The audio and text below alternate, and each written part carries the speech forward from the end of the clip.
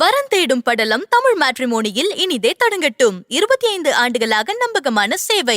Sasi sir, எல்லாருமே சொல்ற மாதிரி சார் வந்து வேற மாதிரி நம்ம பார்க்குறோம் அப்படின்றது. இப்போ நம்ம ஸ்னீக் பீக்கும் ட்ரெய்லர் டீசர்லாம் பார்க்கும்போது அப்படிதான் இருக்கு. நல்ல நடிகர், நல்ல இயக்குனரை தாண்டி நல்ல மனிதர் அப்படின்றது தான் வந்து சசி சாரை பற்றி யார் சொன்னாலும் சொல்லக்கூடிய விஷயம். அதுக்கு வந்து இதுக்கு முன்னாடி பேசினவங்க எல்லாருமே அதுக்கான மேற்கோளை காட்டி தான் நான் பேசணும்னு நினைக்கிறேன். இதுல எல்லா விதமான எமோஷன்ஸையும் வந்து ஒரு புதுவிதமாக ஹேண்டில் பண்ணி சசிகுமார் 2.0 நமக்கு தெரிய போறாருன்றதுல எந்த சந்தேகமும் இல்லை. அந்த என்டர்டைன்மெண்ட்காக நம்ம காத்திருக்கோம். அன்பை விதைக்கும் இந்த படத்துல குடும்பத்தின் தலைவனா, இந்த டூரிஸ்ட் ஃபேமிலியோட குடும்பத்தின் தலைவனா சசி சார் வந்து நம்மளை பயங்கரமா என்டர்டைன் பண்ண போறாரு, நம்மளை அழுக வைக்க போறாரு, சந்தோஷப்படுத்த போறாரு.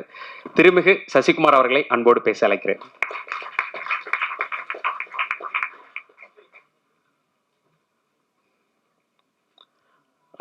எல்லோருக்கும் வணக்கம்.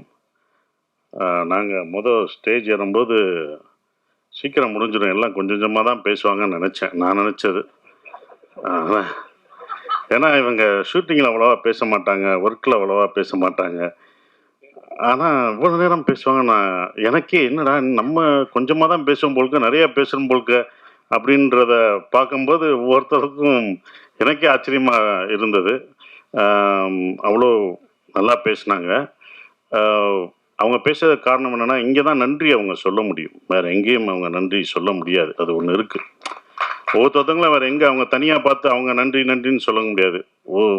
அந்த நன்றி மறக்காமல் இருக்கணும் அப்படின்றதுக்காக தான் இங்கே ஒவ்வொருத்தவங்க அந்த நன்றியை தெரிவிச்சுக்கிறாங்க. அப்படி தான் நம்ம பார்க்கணும்.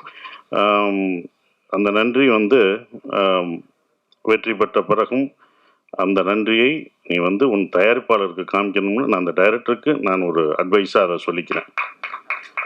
அதுதான் நன்றி. நீ அது முடிஞ்ச பிறகு நீ என்ன நன்றி செலுத்துறியோ அதுதான். எல்லாம் படத்தை பற்றி சொன்னாங்க, இப்படி வரும் அப்படி வரும்ன்ற ஒரு விஷயம் சொன்னாங்க. நல்லா இருக்குது. அதெல்லாம் நம்பிக்கை தான், எல்லாருக்கும் இருக்கிற நம்பிக்கையில் தான் அவங்களும் அந்த நம்பிக்கையில், ப்ரொடியூசர் அந்த நம்பிக்கையை வச்சுருந்தாரு.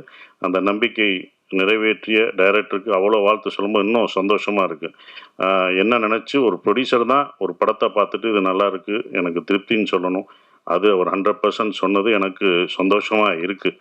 இருந்தாலும் நல்லா எழுதிட்டோம் அப்படின்னு ஒன்று இருக்கும்ல, நல்லா எழுதியிருக்கோம்டா சப்ஜெக்டு, ஆனால் என்ன ரிசல்ட் வருதுன்னு ஒரு பயம் இருக்கும். அந்த பயத்தோடு இருக்கிற மாணவனா மே 1 அந்த ரிசல்ட்டுக்காக மக்களும் நீங்களும் கொடுக்க போகிற அந்த ரிசல்ட்டுக்காக காத்துக்கிட்டு இருக்கோம். அதுதான் நான் காத்துட்ருக்கேன். ஏன்னா எங்கள் படத்தை பற்றி நீங்கள் தான் பேசணும். நாங்கள் இங்கே வந்து படம் இப்படி பண்ணிட்டோம் அப்படின்னு சொல்கிறத விட நீங்கள் நல்லா இருக்கும், நீங்கள் தான் எல்லாருமே சொல்லணும். மக்களும் ப்ரெஸ் எல்லாமே நீங்கள் சொல்லணும். எனக்கு இந்த படம் அவர் சொன்னார் ஃபுல்லாக அபி 24 வயசு பையன் வந்து சொல்லும்போது இங்கே வயசு முக்கியம் இல்லை, நல்ல கதை நல்ல விஷயம்தான் முக்கியம். அதை யுவராஜ் அந்த டீம் பார்க்கல. ஏன்னா அவங்க ஒரு ப்ரொடக்ஷன் ஃபஸ்ட்டு வந்து என்கிட்ட சொல்லும்போது 2 நண்பர்கள், அந்த 2 பேரும் நண்பர்கள், அற்புதமான நண்பர்கள். அதுவே எனக்கு பிடிச்சி போச்சு.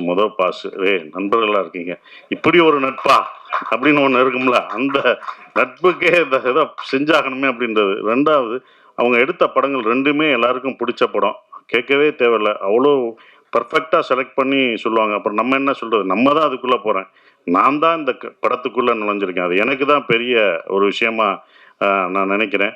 கதை சொல்லும்போது கூட அபி அந்த மியூசிக்கெல்லாம் போட்டு விட்டாப்புல, அப்படி போட்டு சார் அப்படின்னு வரும் சொல்கிறாப்புல. நான் சொல்லலை, நான் பாட்டு சீரியஸாக பார்த்தேன். கேட்டுக்கிற யுவராஜ் சிரிக்கிறாப்புல, யுவராஜ் அழுகிறாப்புல, என்னடா கூட வந்த ப்ரொடியூசர் அழுகிறாப்புல. நான் அப்படி திரும்பி பார்க்குறேன், ஒரு சவுண்டு கேட்குது. என்னன்னு பார்த்தா பக்கத்தில் இருக்கிற ப்ரொடியூசர்ஸ் அதுக்கு அழுகிறாப்புல. திடீர்னு அவர் சிரிக்கிறாரு. ஓகே, இது சைடு எஃபெக்ட் கொடுக்குறாங்க போல்க்கு அப்படின்னு நினச்சேன். அதுக்கப்புறம் எனக்கு உண்மையிலே கதை ரொம்ப பிடிச்சிருந்தது. ஏன்னா நான் கேட்ட கதையிலே ரொம்ப நாள் ஆச்சு நான் அப்படி கேட்டு. உண்மையிலே ஒரு ஒரு கதையை முதல்ல இருந்து கடைசி வரைக்கும் எந்தவித மாற்றமும் செய்யாமல் அப்படியே இருக்கிற இதை மாற்றிக்கலாம், அப்படி மாற்றிக்கலாம், அப்படி மாற்றிக்கலாம், அப்படி எதுவுமே இல்லை. அது கரெக்டாக இருந்தது. அது கரெக்டாக தான் எடுத்திருக்காங்க. எந்த மாற்றம் இல்லாமல் செஞ்சது தான் இது அபியோட, இந்த டைரக்டரோட வெற்றியாக நான் நினைக்கிறேன். அது ஒன்று. அப்புறம் ஏன் அவர் சொன்னார், சார் ஏன் சார் நான் அவ்வளோ சொன்னேன், நல்லா பேசின பிறகு நீங்கள் ஒரு தடவை கூட சிரிக்கல. இல்லைடா உன்னை டிஸ்டர்ப் பண்ணா, நீ ஒரு காமெடி படம் பண்ணுற, காமெடி சொல்கிறேன்னா உள்ளுக்குள்ளேயே சிரிச்சுக்குவேன், உள்ளுக்குள்ளேயே ஆடுவேன், எல்லாமே உள்ள இன்னர் இது ஆடுவார். ஆனால் வெளியில் இல்லை, உன்னை டிஸ்டர்ப் ஆகிடுவேன், நான் சிரித்து அதனால் அடுத்த லைனுக்கு போகக்கூடாது அப்படின்னு சொன்னோம். அதுக்கப்புறம் தான் சிம்ரன் மேடம் இந்த படத்துக்கு அப்போ சொல்லும் போது எனக்கு இல்லை, சிம்ரன் மேடம் நடிக்கிறாங்க அப்படின்னா, சார் சிம்ரன் மேடம் கதை சொல்ல போகிறேன், எப்படி என்ன சொல்லுங்க, இந்தா எனக்கு ஒன்று போடுவேன், மியூசிக்கை போட்டு அப்படி இப்படி நடிச்சு காமிப்பேன், அது அவங்களுக்கு பண்ண அவங்களுக்கு பிடிச்சிரும். அப்படியா சார், கண்டிப்பாக பிடிக்கும்டா அப்படின்னு அடுத்து அவங்க ஓகே பண்ணிட்டாங்க. அவங்க ஏன் ஓகே பண்ணால் அந்த கதை, அவங்களும் இதில் வந்தது வந்து எல்லாம் கேட்டது, சிம்ரன் நீங்கள்மா எப்படி, ஏன்ப்பா நாங்கள் நடிக்கக்கூடாதாப்பா சிம்ரன் மேடத்தோட, இன்னும் இல்லைங்க, நீங்கள் கிராமம்னா கிராமத்திலே எப்படி விவசாயம் பார்த்துட்டு இருக்கோம்னா ஏன் அங்கே நடிக்கக்கூடாதா, எங்களுக்கு சிம்ரன் கிடைக்கக்கூடாதா, இது என்ன எல்லாருடைய ஏக்கம் தான்ப்பா அது, எல்லாரும் இது பண்ணுறதுனால அதனால எங்களுக்கு கிடைக்கக்கூடாதா, என்ன எப்படி எப்படி எப்படின்னா உங்களுக்கு என்னப்பா, அது அப்படிதான் கதை பாருங்க அப்படின்னா, அப்படிதான் சிம்ரன் மேடத்தை எல்லாம் கேட்குற கேள்வி. படம் பார்க்கும்போது உங்களுக்கு தெரிஞ்சிடும் எதுக்கு சிம்ரன் மேடம் இந்த படத்தில் எல்லாருக்கும் பிடிச்சவங்க சிம்ரன். அது கண்டிப்பாக இந்த படத்தில் அந்த குடும்பமாக உங்களுக்கு என்னையும் சிம்ரன் என் குழந்தைங்க பசங்க எல்லாத்தையும் உங்களுக்கு அது பிடிக்கும். அவங்க அவ்வளோ பெர்ஃபார்ம் பண்ணுவாங்க. அவங்கள அதாவது என்னென்னா அவங்கள எனக்கு இன்னொன்று அவங்கள பாராட்ட வேண்டியதெல்லாம், இப்போ வரைக்கும் அவங்க ஹீரோயினாக நடிக்கலாம். இந்த படத்துலையும் அவங்க ஹீரோயின் தான், நான் ஹீரோ அவங்க ஹீரோயின். ஸோ அவங்க எப்போவும் ஹீரோயினாக நடிக்கலாம். ஸோ அது ரொம்ப அற்புதமாக பெர்ஃபார்ம் பண்ணாங்க. அவங்கள வந்து எல்லாருமே வரும்போது சிம்ரன் மேடம் கொஞ்சம் பயந்தாப்புல, டைரக்டர் சிம்ரன் மேடம் இருக்காங்க, இவங்க இருக்காங்க அப்படின்னு நிறைய பயப்படுவார். ஸோ அதெல்லாம் தவிர்த்துட்டு பாஸ்கர் சார் இப்படி போய் பேசி இப்படி பண்ணு எல்லாம் சரியாயிடும் அப்படின்னு சொல்லி அப்படி தான் பண்ணது.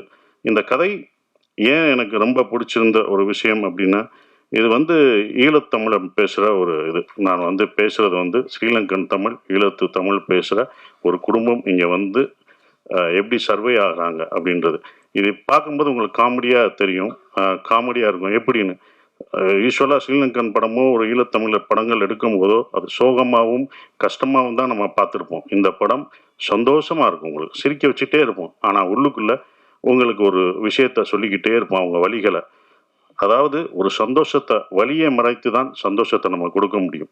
அந்த வலிகளை மறைத்து இந்த குடும்பம் உங்களுக்கு சந்தோஷத்தை கொடுத்துட்டே இருக்கும். அப்படிதான் வரும். ஏன் அவங்க சந்தோஷம் கொடுக்குறாங்கன்னா, அவங்க அடுத்த ஜென்ரேஷன், அவங்க குழந்தைகளுக்கு, அந்த குழந்தைகள் நம்ம பட்ட கஷ்டம், நம்ம விட்டு வந்த உறவுகளையும் நம்ம தமிழையும் நம்ம விட்டுறக்கூடாது, நம்ம குழந்தைகளை சந்தோஷமாக வச்சுக்கணும்னு அவங்க வழியை மறந்து கொடுக்கக்கூடிய படமாக அது இருக்கும். அதுதான் அவங்க வழியை மறந்து அந்த குழந்தைங்களுக்கு சந்தோஷத்தை கொடுக்குறாங்க.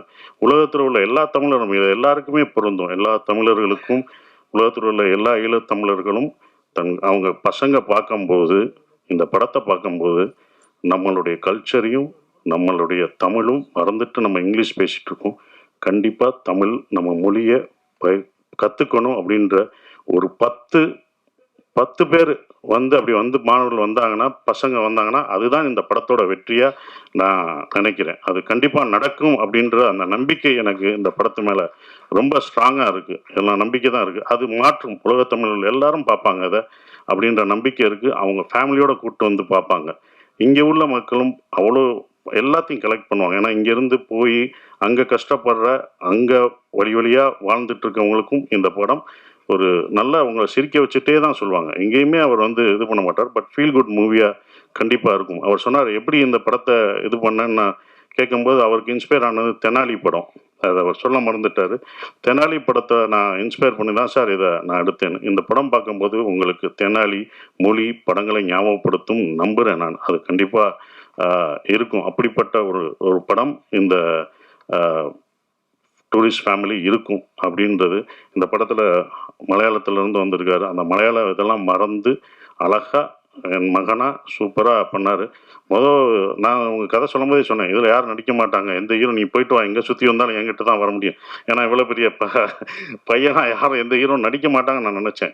சில ஹீரோக்கள் நடிப்பாங்க, சிலர் நடிக்க மாட்டாங்க. அதுதான் அப்படி. இது எனக்கு தான் இந்த கதை இருக்கும் அப்படின்னு நினச்சேன். அப்படி வந்தார். மிதுன் சூப்பராக இருந்துச்சான். பெரிய டைலாகு, நானும் அவனும் பேசுகிற ஒரு சீனு, அதில் வந்து ரொம்ப அற்புதமாக, நான் எதிர்பார்க்கவே இல்லை, இன்னும் இவ்வளோ சீன் இருக்கு, பட் என்னோட டைலாக் இருக்குது, எப்படி பேசுவார் அப்படின்னு நினச்சேன். ஆனால் அற்புதமாக பேசி இது பண்ணிட்டாப்புல. படம் பார்க்கும்போது உங்களுக்கு தெரியும். இந்த படத்தில் யோகி பாபு சார் எல்லாமே இருக்காங்க, பெரிய ஆர்டிஸ்ட்லாம் இதில் இருக்காங்க. யோகி பாபு இருக்கார், நான் இருக்கேன். எல்லாமே இருந்தாலுமே அந்த குட்டி பையன் முள்ளியாக நடிக்கிறான். அவன் தான் இந்த படத்தில் காமெடியனே. உங்களை சிரிக்க வைக்க போகிறது அந்த பையன் தான். நாங்களாம் காமெடியன், நாங்களாம் கேரக்டர் ஆர்டிஸ்ட்டு, அவன் தான் காமெடியனாக இருப்பான். அது இது பண்ண மாட்டோம்.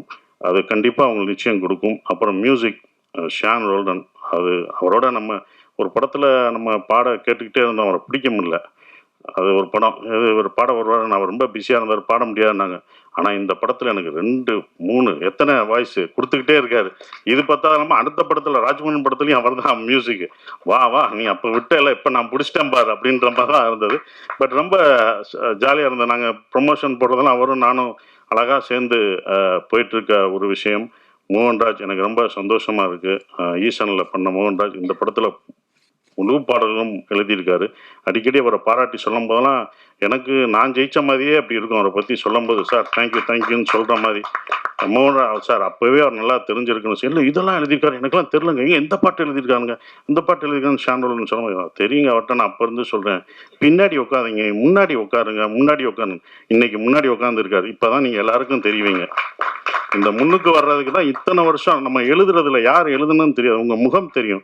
இப்போ உள்ள கவிஞர்கள்லாம் ஒரு பாட்டு எழுதிட்டு முகத்தை அப்படியே காமிச்சுக்கிறாங்க, ஆடுறாங்க. அதனாலதான் இந்த படத்துல ஆட விட்டுருக்கோம். அவரை வாங்க ஆடுங்க, அப்படியும் இருட்டுக்குள்ள போறாரு. ஏற்கனவே முகம் தெரியலன்னா உன்னை ஆட வைக்கணும் அப்படின்னு சொல்லிட்டு இருட்டுல தான் ஆடிடுவார். அப்பயும் கூட்டு வந்து இந்த படத்துல ஆட வச்சிருக்கோம். ஸோ அவ்வளோ சிறப்பா இந்த பாடல்கள் எழுதியிருக்காரு. ஆனால் ஒன்று சொல்லுவார் அடிக்கடி, எனக்கு ரொம்ப பிடிச்சிருந்த வரிகள்லாம் நிறைய எழுதியிருக்காரு.